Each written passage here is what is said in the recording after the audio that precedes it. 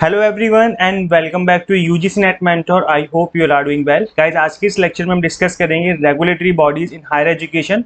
This is class number 19 on important topic series. आज हमारा higher education का ये वाला टॉपिक कवर करने वाले हैं आज हम गाइस। देखिए, मैंने इंपॉर्टेंट टॉपिक सीरीज मैंने कंप्लीट कवर करवाई जिसमें ऑल 10 यूनिट्स के मैंने केवल इंपॉर्टेंट टॉपिक्स को कवर किया है।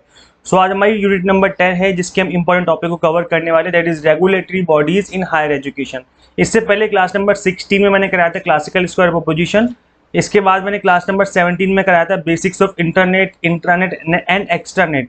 इंटरनेट ब्राउजर कितने प्रकार के होते हैं, IP4 IP6 में क्या डिफरेंस होता है।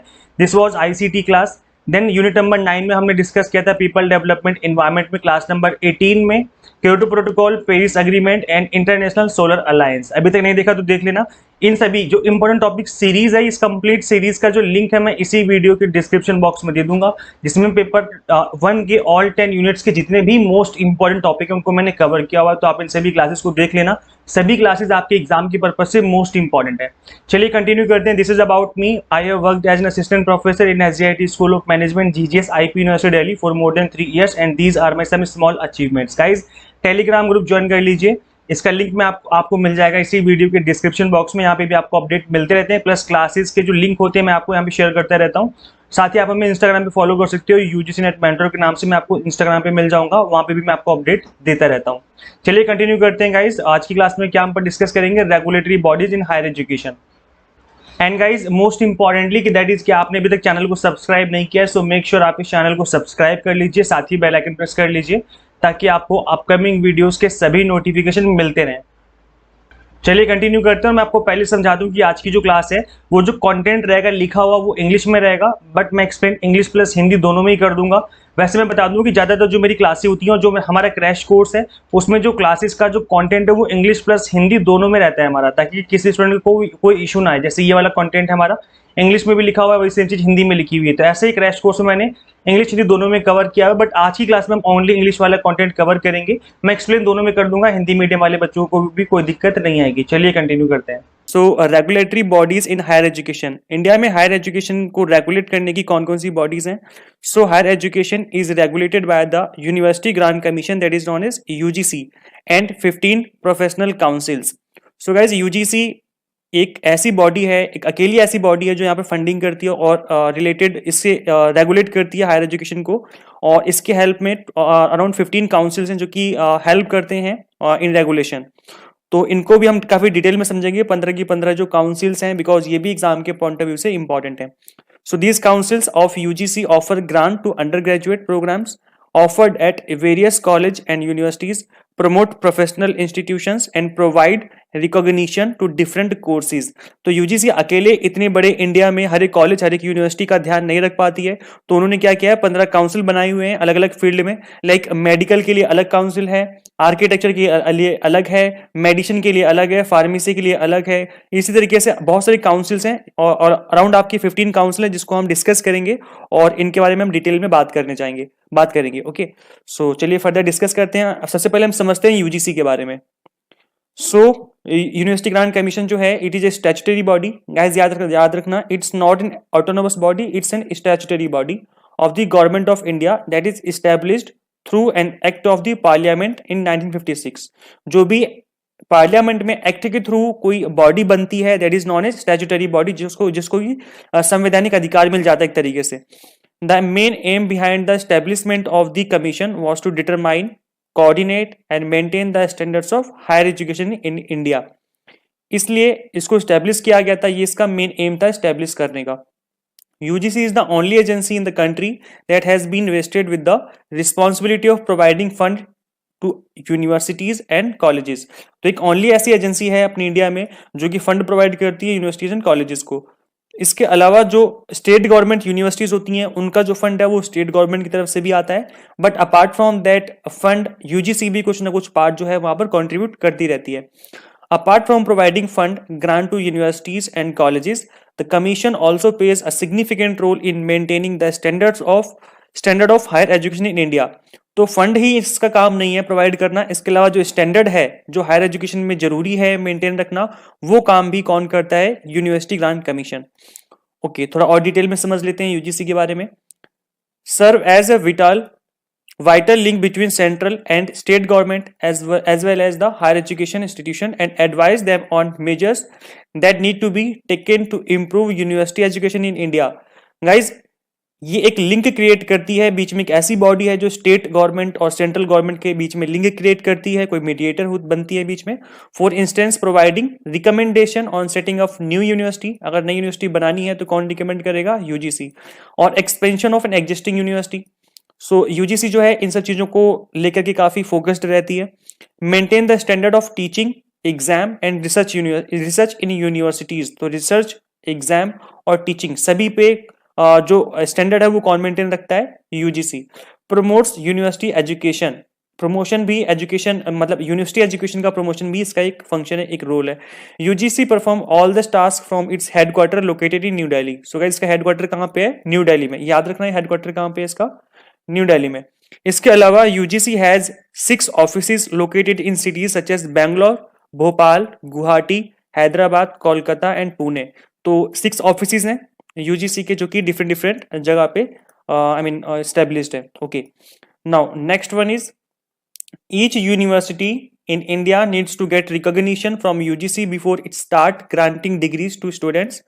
In order to be UGC recognized, each university needs to undergo an inspection by an expert panel designated by the commission. तो एक इंस्पेक्शन होता है कंप्लीट एक्सपर्ट के थ्रू, उसके बाद ही किसी भी यूनिवर्सिटी को रिकॉग्नाइज किया जाता है कि आप एज ए यूनिवर्सिटी के तरीके से अपना ऑपरेशन कर सकते हैं इन इंडिया, और फर्दर आप यहाँ पर डिग्री जो है वो अवार्ड कर सकते हैं.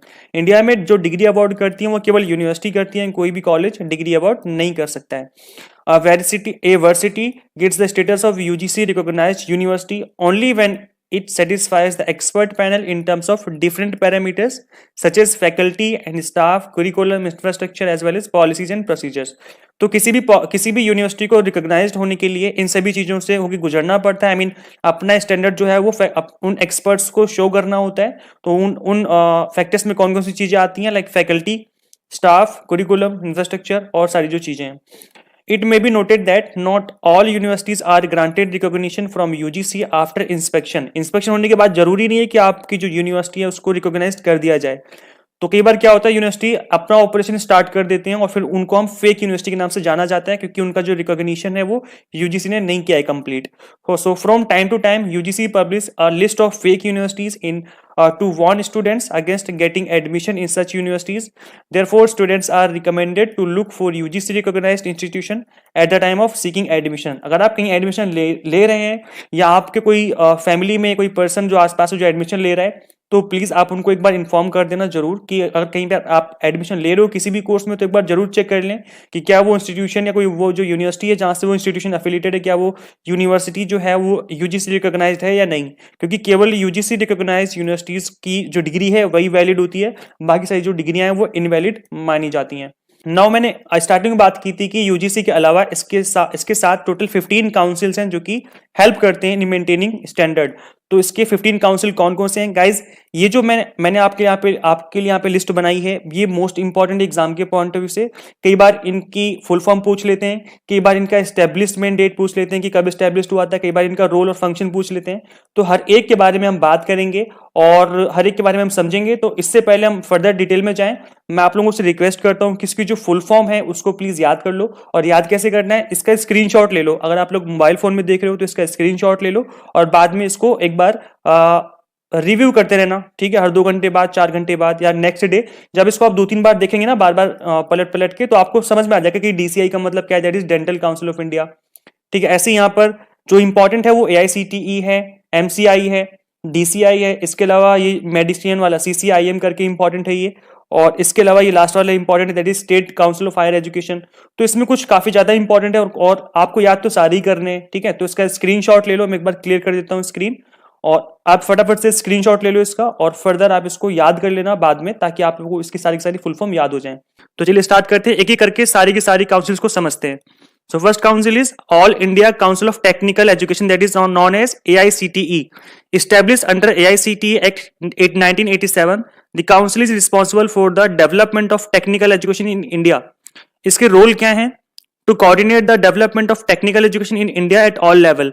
तो यहाँ पर टेक्निकल एजुकेशन के लिए ही इसको बनाया गया था, इसका मेन एम था टेक्निकल एजुकेशन का डेवलपमेंट और कोऑर्डिनेशन करना, to lay down standards for courses, exam, assessment, staff qualification and pattern instructional facilities etcetera in the field of technical education, to give approvals for starting new technical institution and courses. तो technical institution अगर हम start करना चाहते हैं नया technical institution या फिर government की तरफ से स्टार्ट होने के लिए रिकमेंडेशन जो देती है वो कौन देता है? AICTE। So AICTE website also provides list of programs accredited by the National Board of Accreditation, that is known as NBA under AICTE। तो समझ लेते हैं हम लोग कि accreditation होता क्या है और कौन सी ऐसी बॉडी जो कि accreditation करती हैं। So what is accreditation? Accreditation is a review process to determine if educational programs meet defined standard of quality। तो जो भी एजुकेशनल प्रोग्राम चल रहे हैं लाइक बीटेक है, जो भी कोर्सेज हैं, इनका जो स्टैंडर्ड है क्या वो क्वालिटी के अकॉर्डिंग चल रहा है।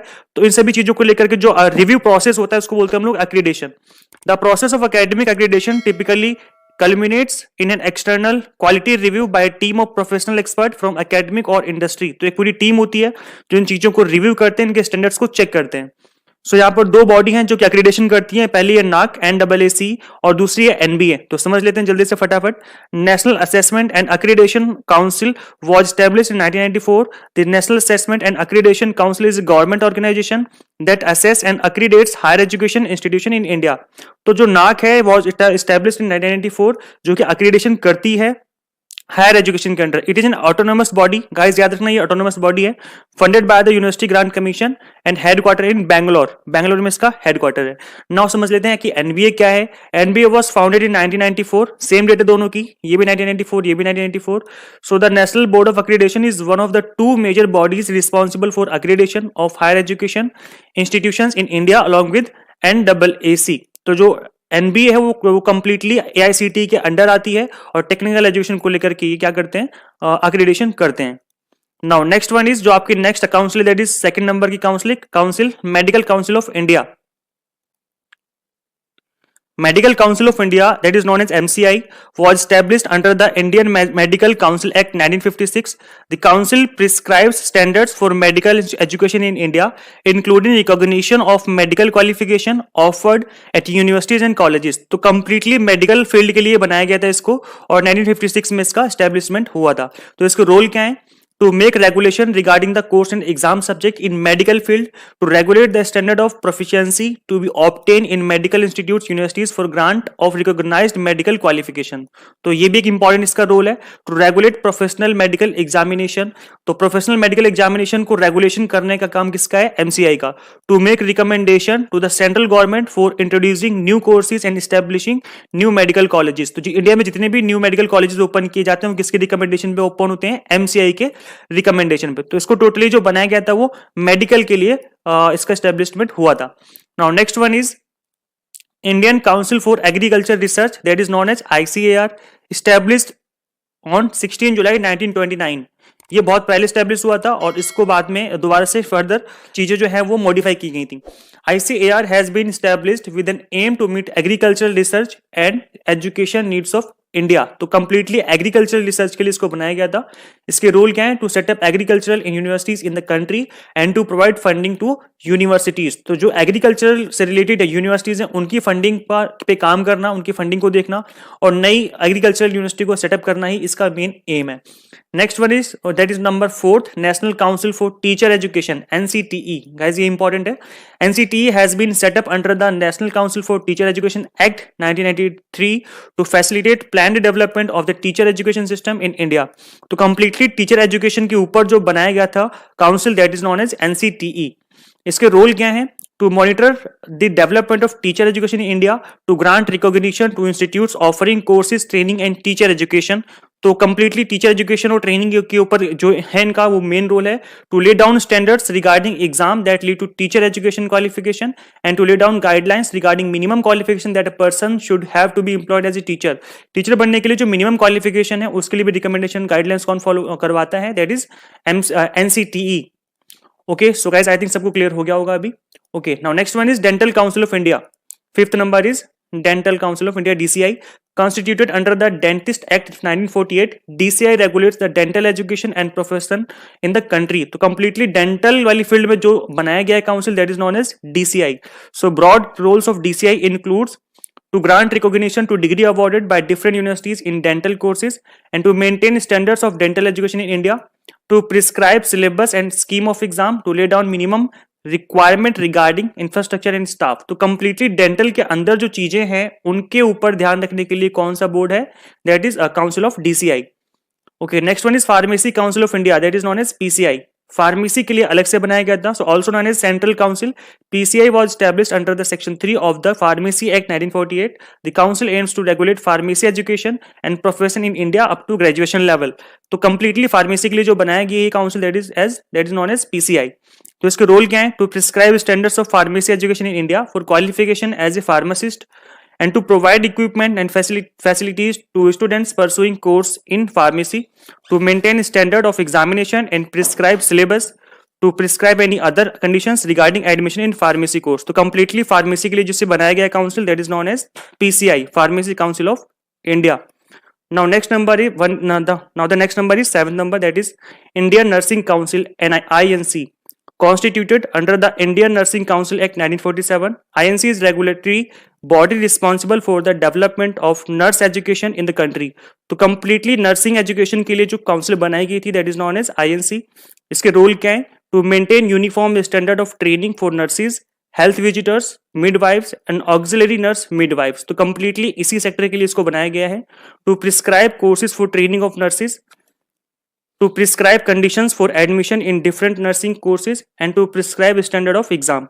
तो completely nursing के लिए जो बनाई गई है council that is known as Indian Nursing Council INC. I hope सबको clear हो गया होगा. Now next one is Bar Council of India, that is known as BCI.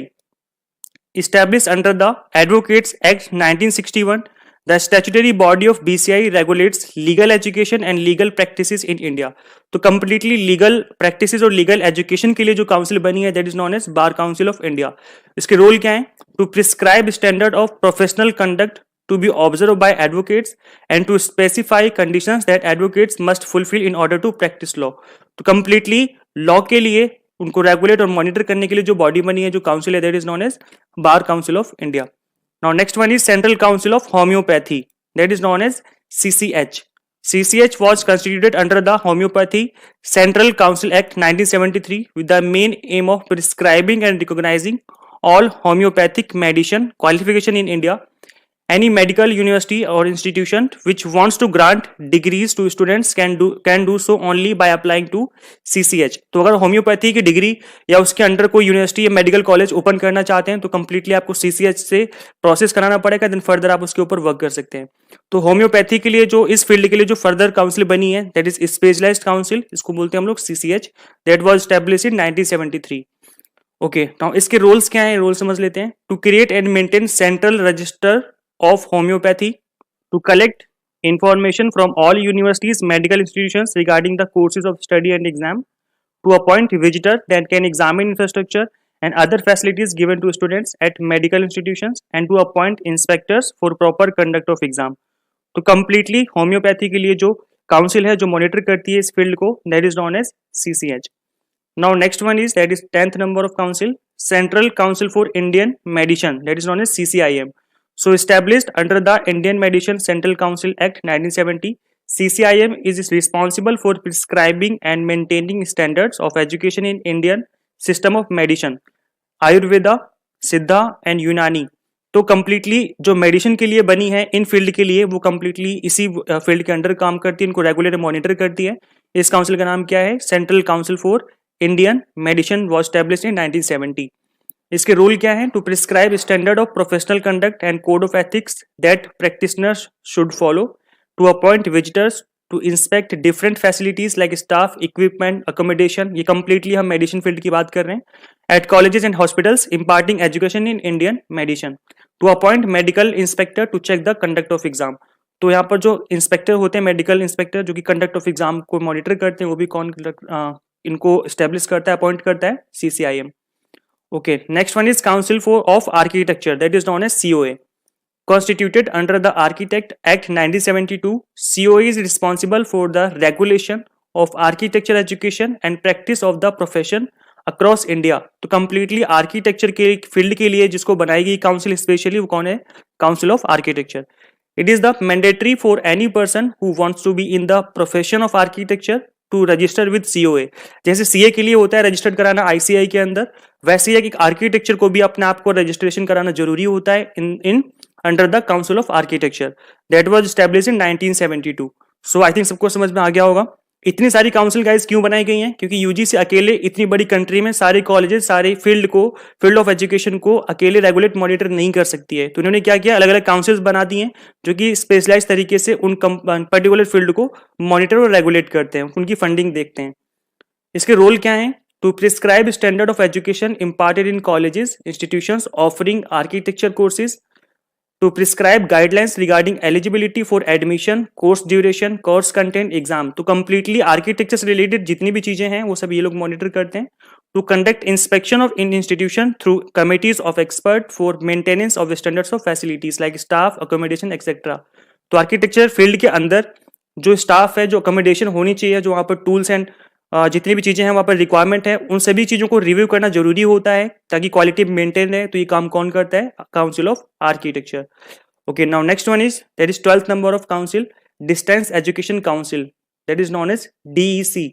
DEC was set up under the Indira Gandhi National Open University Act 1985। The council is mainly responsible for promoting distance education and open universities in India। तो completely open education के लिए जो council बनी है ताकि उस open education की जो स्टैंडर्ड है, जो क्वालिटी, वो मेंटेन रहे। तो इस चीज को मॉनिटर कौन करता है? Distance education council. सो इस काउंसिल के रोल क्या है? To provide academic guidelines to enable access to sustainable education, use of state of the art technologies and approaches and training as well as skill upgradation to all.